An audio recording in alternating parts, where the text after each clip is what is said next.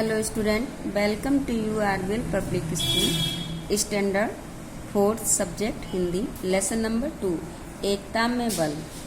यानी कि हम जब एकता का मतलब होता है सब हमें 4-6 लोग हमारे साथ होते हैं और एक 4-5-6 लोगों के साथ को एक समूह कहते हैं। जब हम सबके साथ रहेंगे समूह में बना के एकता बना के रहेंगे, उसी के लिए बताया गया एकता में बल।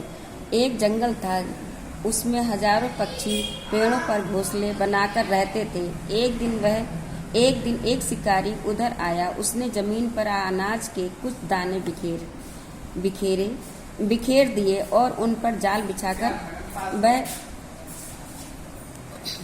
एक झाड़ी के पीछे छिपकर बैठ गया। कुछ देर बाद कबूतरों का एक दल उड़ता हुआ उधर आया। जमीन पर अनाज के दाने देखकर कबूतरों ने नीचे उतरना चाहा, लेकिन उनके मुखिया ने कहा, भाइयों, यहाँ उतरना ठीक नहीं है।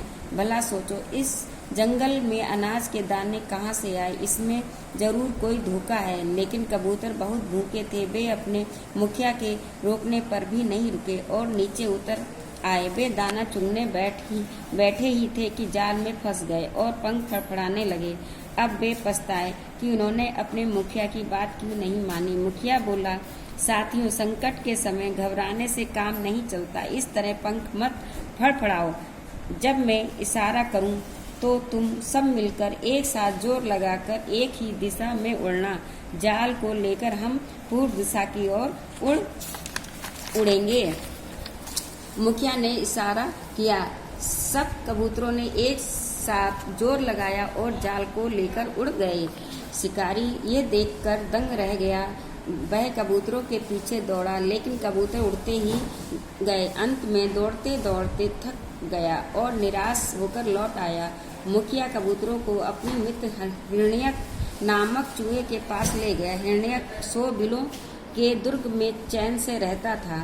मुखिया के पुकारने पर वह बाहर निकला। उसने जब अपने मित्र को जाल में फंसा देखा तो बोला, मित्र, तुम इतने बुद्धिमान होकर भी जाल में कैसे फंस गए? मुखिया बोला, क्या बताऊं मित्र, मैंने तो मना किया था, लेकिन मेरे ये साथी नहीं माने। अब देर ना करो, जल्दी से हमारा जाल काट दो।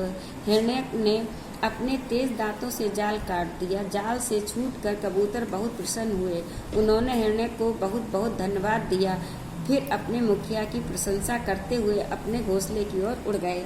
स्टूडेंट, आप इसमें बुक रीडिंग करेंगे और अच्छी तरीके से समझेंगे कि एकता में ही बल है। Okay student.